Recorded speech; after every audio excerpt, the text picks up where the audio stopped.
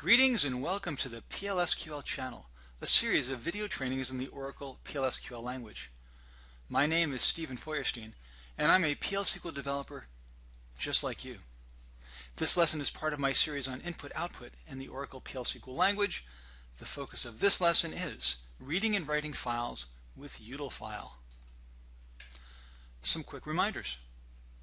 Download all the code that I'll be using in this lesson and my other lessons, as well as supporting PowerPoint documents from PL/SQL Obsession, toadworld.com/sf. And there are lots of other resources for PL/SQL developers there as well. Second, make sure you're comfortable with the material covered in the previous lessons in this series.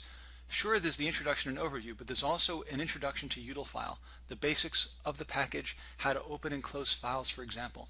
So make sure you know about fopen and fclose before you move on to getting and putting lines of text in files. So as a quick review, utilfile allows you to read from and write to operating system files that are on the database server, not, for example, on your workstation necessarily. Your DBA has to authorize access to a directory before you can read and write it, and the best way to do that is with database directory objects. The utilfile package contains a set of predefined exceptions, and you open and close files with utilfile fopen and fclose. So first of all, let's talk about reading and writing files. Utilfile offers a single program to get a line from a file, utilfile.getLine, and first of all, you can only read from a file that's open with the read mode, fopen with R. You can only read one line at a time, and you have to read sequentially through the file from the beginning to the end. And finally, Oracle will raise a no data found exception if you read past the end of a file. And as I state here, I think that's a bad idea. Oracle should have created a separate exception like utilfile.endofile to note when an end of file was reached if they were going to raise an exception. But they simply reused an existing exception, no data found, which is sometimes a problem because you might be doing multiple operations that all raise no data found. How do you know which one raised the exception? In any case, that's how it works. GetLine will raise no data found. So let's take a look at some examples. We'll start with read from file. So I declare a record holding the handle to my file. I open that file for write access. I put a line into it. I'm just going to create a file. We'll talk about putting line later. I want to make sure the file exists, and then I'm going to read and display the line from the file. So I close the file. I open it for read access. I get the next line, which in this case is the first and only line.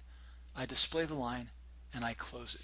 So let's do those operations first, just to demonstrate the very basic. I look at my output, and there's my line ABC to a length of 1000 with my rpad operation. So you can see I wrote that file, I read it back out. Great. Now let's suppose I try to open it for write and do a get line. So open the file for write access and try to get line. Invalid file operation. And as I noted in my previous lesson, this is typical of utilfile. They give you these very generic exceptions. Sorry, something was invalid. It doesn't tell you what was invalid. You have to sort it out. But it is invalid to try to read from a file that's open for write only. What if I specify a line size that is too small? By default, if I don't specify the maximum line size, the line size is 1024. But I could also say, well, my file contains really small lines, and I can specify a small maximum line size if I'd like. And then, if I try to read a file, whoops, let's make sure that that file exists again. Let's do this one more time. In my previous example, I opened up the file for write, but then I didn't write anything to it, so it wiped out what was already there. So I'm going to put a line into my file. The line is 1000 characters long. Now I'm going to try to read from that file into a variable that's certainly big enough, but I've specified the maximum line size, and it will not like this combination. And it tells me a file read error. Again, it doesn't tell me what the read error was, but it definitely had trouble reading this line because it was too big. So utilofile doesn't just read the first 25 characters. If your line is bigger than the maximum line size, then you're out of luck. And of course, if I specify the maximum, which Oracle recommends you do all the time, unless you have a specific reason not to, then no problem. I can see the line. So that's getting a single line. Let's take a look at applying getLine. Here's the display file utility that I wrote that will display the contents of your file. Again, this file is available from your demo zip. It's a good reusable piece of code. Pass in the directory, pass in the file. I open my file for read access. I specify the maximum line size possible. And then I'll talk about this in a moment, which is my replacement or encapsulation for getLine. But what I essentially do is get the next line and display it. And when I'm done, I close my file. As I said, quite a simple and generic utility. So let's try it. I'm going to compile my program. I'm going to write out a file to demo.txt, write out 100 lines of text, and then I'll display the contents of that file. I run my script. Buffer overflow. Okay, so this is a problem with my DBMS output. And what I'm going to do is simply tell it to expand the size of my buffer. This is, as far as I can tell, a glitch inside Toad. Let's try it again. Notice it got to 33 lines and it stopped. Let's do that again. Run my code, and now I see all 100 lines of text read from the file. So, getLine is a simple operation. It's the only way that you can read a line from a file. You can read one line at a time, starting from the first, iterating down through the last sequentially. There's no random access to the contents of a file with utilofile. Here's another handy utility, InFile. This is a function I wrote that essentially does an in-string operation for files, and you might find it useful. So function InFile, you pass in the location or directory, the name of the file, the text you're looking for, the nth occurrence. I want to find the second occurrence of ABC, starting with line 15, ending with line 75. You can ignore case, etc. So I won't go through all the details here, but if you like the idea of being able to do a search through a file for a specific string and return that line in the file, then this will do it for you. And EQ Files does a comparison of two files to see if they're the same. Oracle does not provide a utility for doing this itself. So pass in my two files, and I basically go through each line in the file and do a comparison to see if they're the same. Now, I'm not going to take up your time during this lesson to go line by line through this code. What I want to do is point out the files I've created. You can then check out this code on your own time and explore it in great detail and possibly put it to use in your own applications. But from the standpoint of utilofile, the operation is pretty basic. You just call a getLine and you get the next line. But what you may have noticed in a lot of my programs is I don't generally call the getLine procedure directly inside my loop that retrieves the data. Going back to display file, for example. Here's my loop. While I'm not at the end of my file, get the next line. Notice utilofile.getLine is not inside my loop. Instead, it's inside my procedure. So why did I do that? Well, my feeling is that reading past the end of a file isn't an error. It's usually what you want to have happen. You reach the end of your file. You want to stop. Unfortunately, the way that utilofile was designed, it will automatically raise an exception, terminate my current block, and force me to trap the exception in order to work with utilofile to read the entire contents of a file. And that leads to, well, kind of scary, hard to manage code, because I can end up with code that looks like an infinite loop. For example, here's a program called execDDL from file that reads the contents of a file and executes it as a DDL statement. And here's a use of getLine in its kind of native form. Open my file, start up a loop, call getLine, and loop. Notice there's no exit statement. There's no indication that this is not an infinite loop.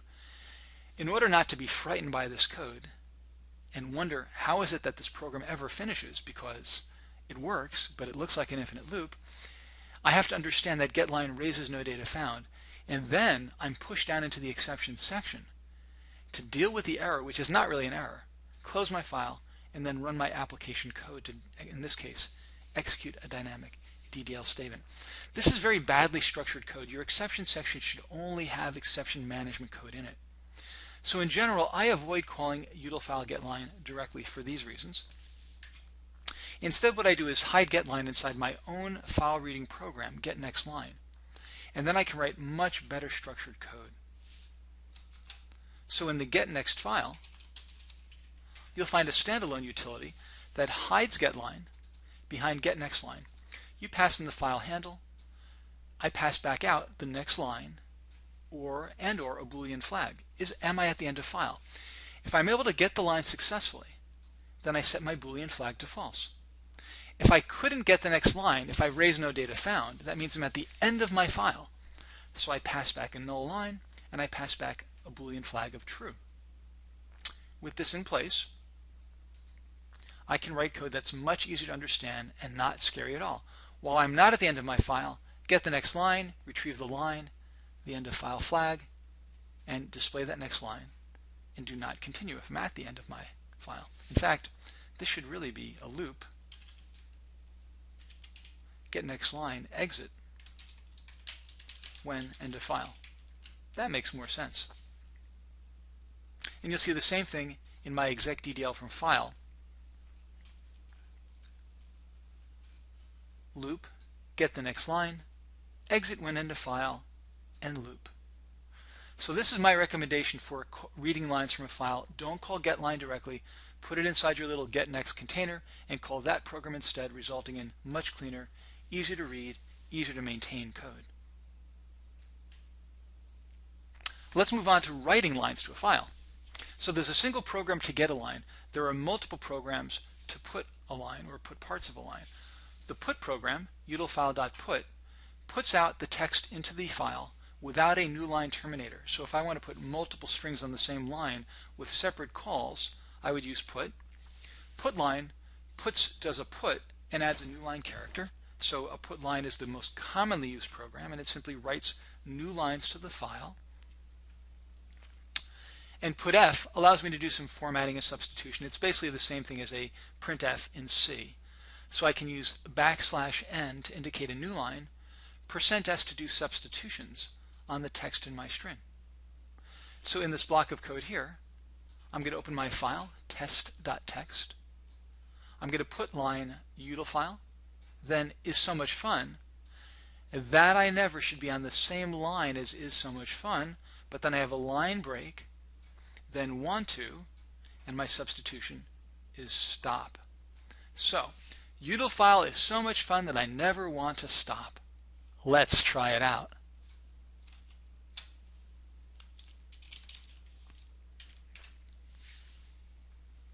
I run my code. I look at the results. Utilfile on its own line is so much fun on the next line. But notice then, since it's just a put, my next putf puts that I never on the same line with so much fun. However, it then inserts a line break with the \n, want to, and then the substitution of stop for %s. So you've got a bit more flexibility on putting information out to the file compared to getting it. And that will be helpful when you're doing some complex string construction. Let's see, I point to the GenAA file here. GenAA is one of the many files that you'll find in your demo zip that do code generation. And almost all of my code generation examples utilize the ability to write to a file. So in my procedure, GenAA, I'm going to generate an associative array package to basically manipulate or cache the contents of my table inside collections, associative arrays. If you don't know about collections, if you're not familiar with associative arrays, you should definitely check out my multiple-hour series on that topic. In this program, I can also specify that I want to send my package information out to a file, in which case I specify the file and the directory. And it's just another example of using the put line programs to take the contents of my code that I've constructed, all my output, and put it out to my file. So that's one of a number of examples in the demo zip that utilize utilfile putline. Flushing contents to a file. Now, as you're probably aware in terms of general operating system behavior, when you write a line to a file, it doesn't mean that the text is actually written out to the file in the operating system. Oracle and many other operations in your operating system will buffer the lines and then flush them out asynchronous to your actual request to write the line. It improves performance and throughput on your computer. So writing out to the file is actually performed asynchronously. If that's not enough, if you want to force every new line to be flushed immediately out to the file, you can do that in the way that you call putline. But there is a price to be paid. In addition, at any point you can call utilfile.fflush to flush out whatever is in your buffer out to the file. So I've written 100 lines out to my file. I want to make sure they're actually physically in the file. Even though I have more to go, I can call fflush to flush them out. So you have these different options to override the default asynchronous flushing of data to a file, but be wary of the performance impact. Let's take a look.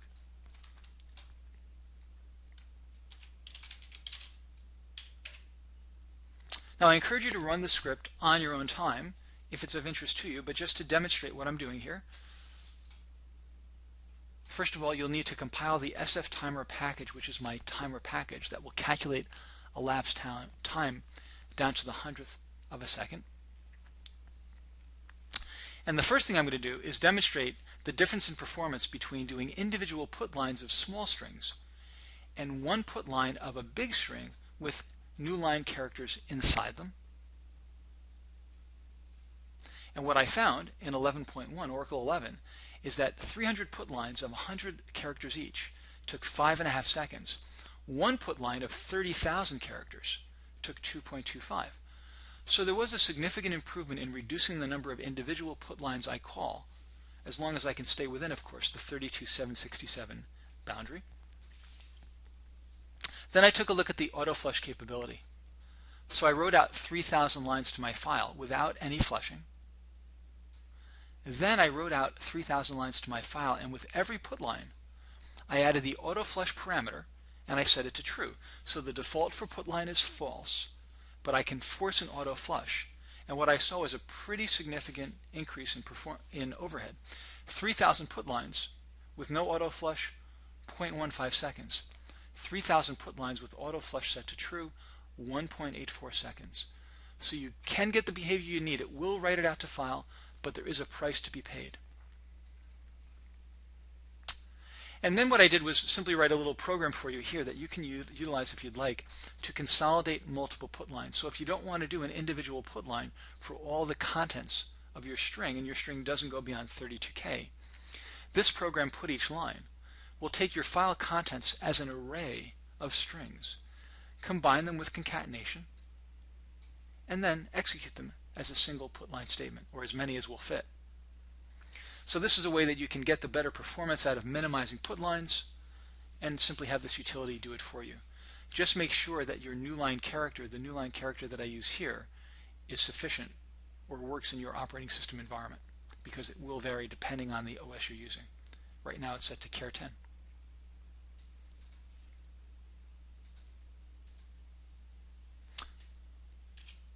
Some conclusions. So the utilfile package offers the basic functionality needed to read and write lines of text. You have to read and write sequentially. You can't say, get me the last line in the file, get me the middle line in the file. You have to read through every single line to get there. And of course you have to write line by line into your file. You do have some flexibility with how you write the lines to a file with putf and putline, and you can determine whether or not you want to do an auto flush or whether you rely on the asynchronous flushing to the file. So, next steps: download the demo zip, unload all those files, check out all the many scripts that I reference and in some cases run in this lesson. I didn't run a whole lot of them, so you might want to play around with them yourself, get a nice solid feel for how getLine and putline and putf and put works. Try out the auto flush capability, and then you'll be ready to really start leveraging these features in your PLSQL code. And then you can move on to the next lesson, which is to explore some of the higher level features of utilfile, things like copying a file, removing a file, and then you'll be able to really fully leverage the utilfile package. Thanks very much for joining me, and happy PLSQL coding.